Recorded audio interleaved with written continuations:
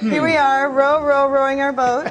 We're not doing, although we didn't get to exercise today, so this is a good time for us. Thanks for letting us do this.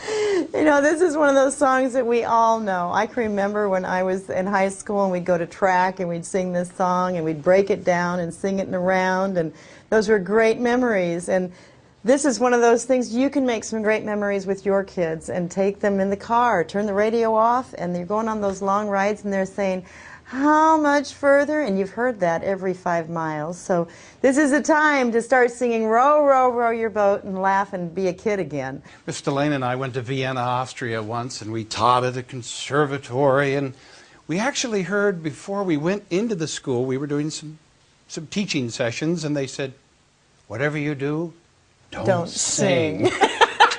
So we did anyway, because we always do, and in fact, we actually sang rounds by Beethoven, or canons as they're called. Well, the first day somebody complained, oh, quiet, it has to be quiet here.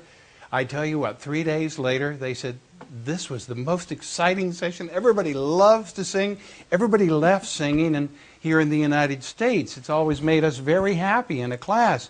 We come in and, oh, I can't sing, and next thing you know we're all going out singing Yellow Pink or Row, Row, Row Your Boat. You don't have to be at Piano Wizard to get ready for Piano Wizard, just to sing. Just do some singing. We do revisit in this one that C major scale that we talked about in the last lesson. And once again, it's just that repetition, not only at the game, but with the song, so that it's in your brain, and then you can take it, you can teach it. It's really fun for us as we are choosing the songs for Academy Music. And we're, well, yeah, whenever Row, Row, Row Your Boat and Three Blind Mice, and as we've said before, songs for your children, traditional songs for the family, church music, patriotic music, holiday music, and as some of you may already know out there, boy, is this the tip of the iceberg. Piano Wizard, you can download millions of songs. If you find them in a MIDI file, you can put them right into the game. So we have adults playing Steppenwolf and Led Zeppelin. This is a whole nother story, just to whet your appetite. But it's really interesting because I don't think I knew before we put it together that Three Blind Mice and Row, Row, Row Your Boat are practically identical pieces. That's why we put them together here. Just as we said, they both use these same letters. The left hand is playing C, D, E, and F. The right hand will play G, A, B, and C. As Delane has reminded us, we're using our thumbs. Academy 2 is a good workout for the thumbs. But it occurs to us in this lesson as we look at our music, all you have to see to help your child, hey, row, row, row your boat, there are the letter names. You help your child find their hand position as we showed them on the game itself. The children and you, of course, you're learning your finger numbers. So right now, you know the song, you know your letter names, you know your finger numbers, play. Do you have other questions about this? Of course you do. It's like looking at a map of a city for the first time.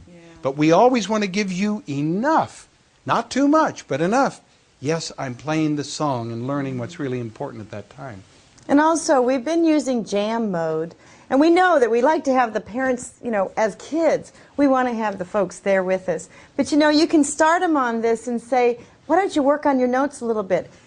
We have these flashcards. We're spending money on flashcards. We're spending money on all of these other things to help the kids learn their notes. But here, it's all self-contained. You've got your music, you've got your theory tools. It's all contained in there. You can just have the kids play that, and maybe you do have some dinner to make and have them do some studying all by themselves. But this is the wizard.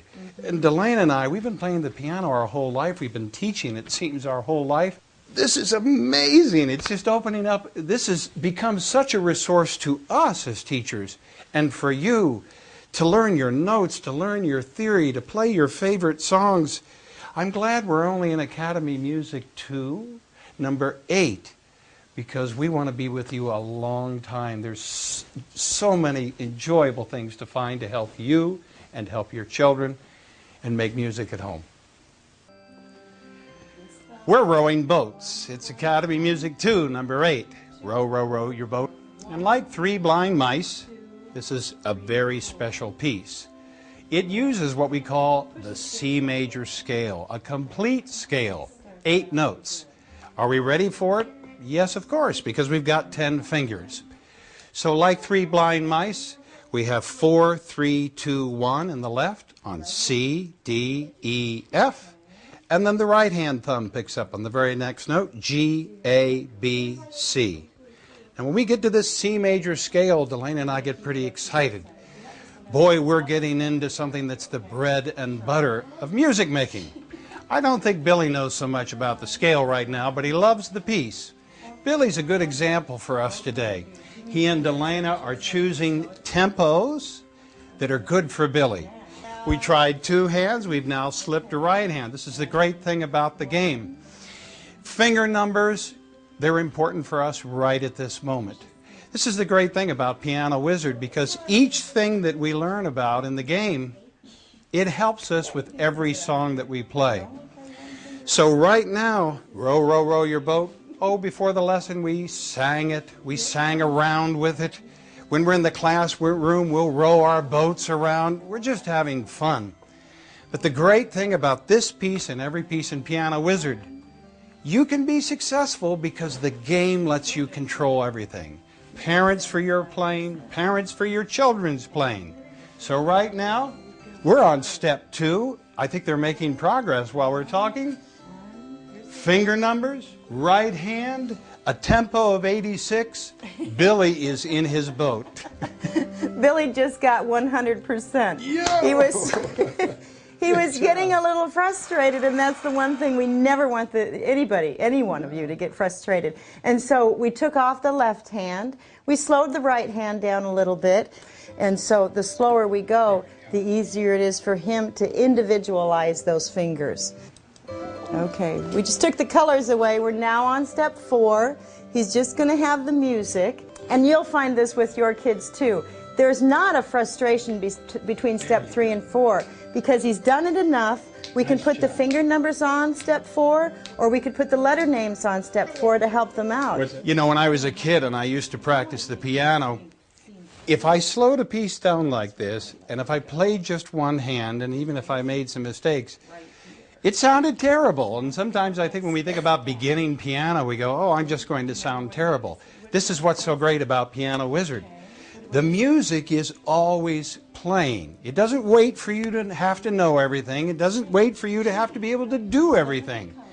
Every time you play, the music's there, and each time, oh, now I know the finger numbers.